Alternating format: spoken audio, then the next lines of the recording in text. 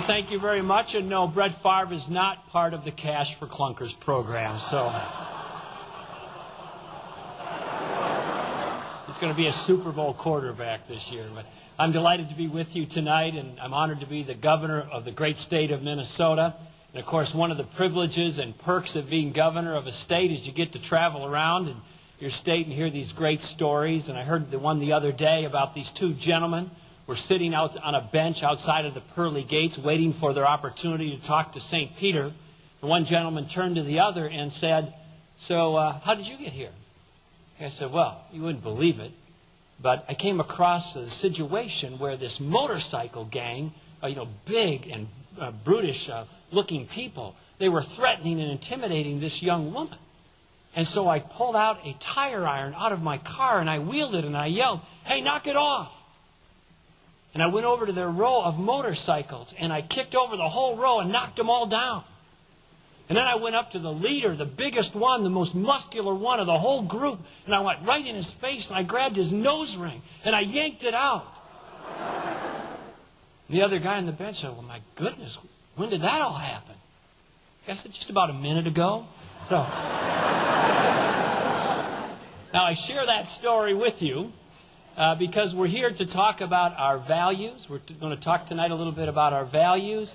But it is important that we not just talk about our values, we also need to be able to translate those into action and results. So it's important that we know what we believe, why we believe it, that we're able to communicate it to others in effective and powerful and inviting ways. But we also have to make a difference by making sure that our values get implemented. And that's why I'm so glad that you're part of this gathering here. The Values Voters, an organization that is committed not just to values, but to action, to voting, to mobilizing, and frankly, holding public officials accountable. Because I know you're tired, and I'm tired of sending people to places like Washington, D.C. under the banner of the conservative or values jersey, and then they don't behave or vote like we expect them to behave and vote. So let's hold them accountable and each other accountable as well. Now, I know some in the audience or in the press say, "Oh, isn't this hard? I mean, my goodness, you're facing a lot of challenges as conservatives and people who embrace traditional values." I can tell you about hard. I grew up in a town of South St. Paul, Minnesota. I was the only Republican in my family. Back then, it was the world's largest meat packing plants and the world's largest stockyards in South St. Paul, Minnesota. For a good chunk of their lives, my one brother worked for a grocery store for 40 years as part of the United Food and Commercial Workers. My other brother worked at an oil refinery as part of the Chemical and Atomic Workers Union, and for times they were union stewards. My other sister's a one-on-one special ed aide in public schools, and my other sisters worked for 40-some years for a company as a secretary or administrative assistant, and they were all Democrats. And my mom died when I was young, at age 16, and not too long after that, my dad lost his job for a while. And so we had a lot of discussions in our family about hardship and values and oftentimes politics, and they'd get pretty heated. And so I'd have some discussions with them like, do you really want your taxes raised in a place like Minnesota? "Oh, no, they're high enough. I'm with you on that." "Well, what about education? Do you think we should plow more money into the schools, or do you think we should hold them accountable for results?" "No, darn right, let's hold them accountable for results." "Well, what about health care? Do you want the federal government taking the thing over, or do you think you and your doctor should make those decisions?" "No, we're with you on that."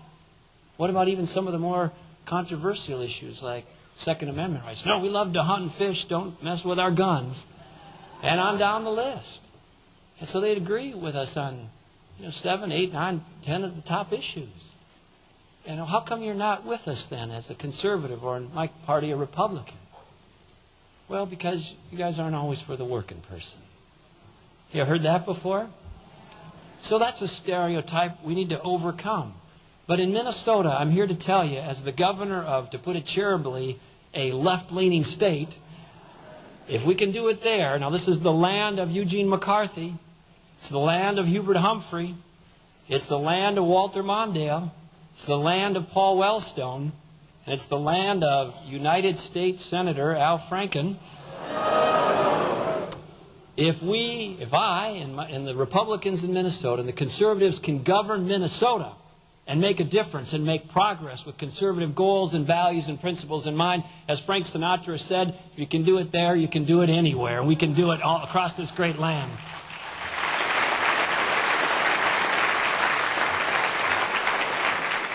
Now, as you know, you're gathered here because you share a belief in values. Those values are under attack. These are not just conservative values. Our values are American values.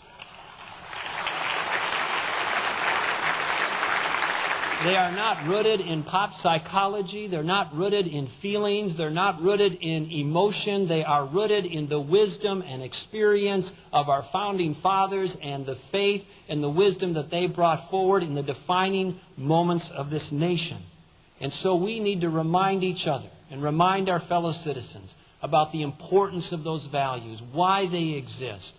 And part of that is educating. Part of that is raising awareness. And I know that's part of why you're here for these next 2 days. So what are they? And time doesn't allow to go through all of them. But let me give you a few by way of example. At every turn, at every gathering, we should start with first things first by thanking and acknowledging God.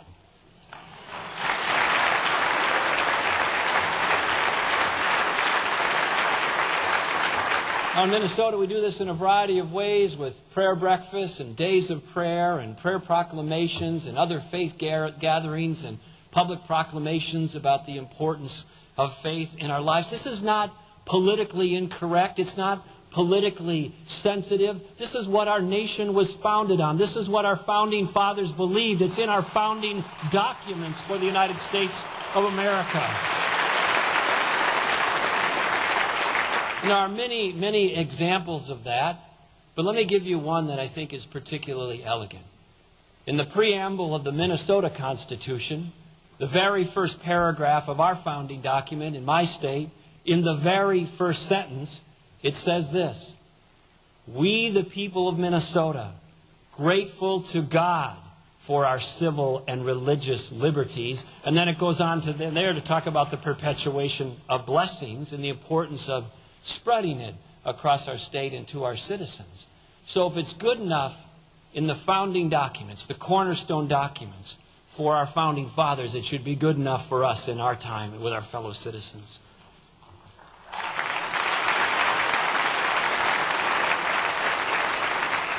Our Judeo-Christian values are important, they are traditional, and they are the basis for so much of our country. Now, we have some folks who are skeptics about that. I'm reminded of the story, the true story of Tony Blair, the former Prime Minister, who came to our prayer breakfast here in Washington, D.C. about a year or so ago. He recalled a story that as a young schoolboy, his father had suffered a terrible stroke. It was life-threatening and quite severe. And he remembers being in school and having a teacher pull alongside him and bend down on his knee and whisper to him, "Tony, I'm going to pray for your dad." And Tony reminded the teacher and remembered the teacher and said, but teacher, my dad doesn't believe in God." And the teacher said, "That's okay, Tony. God believes in your dad. God believes in your dad." So as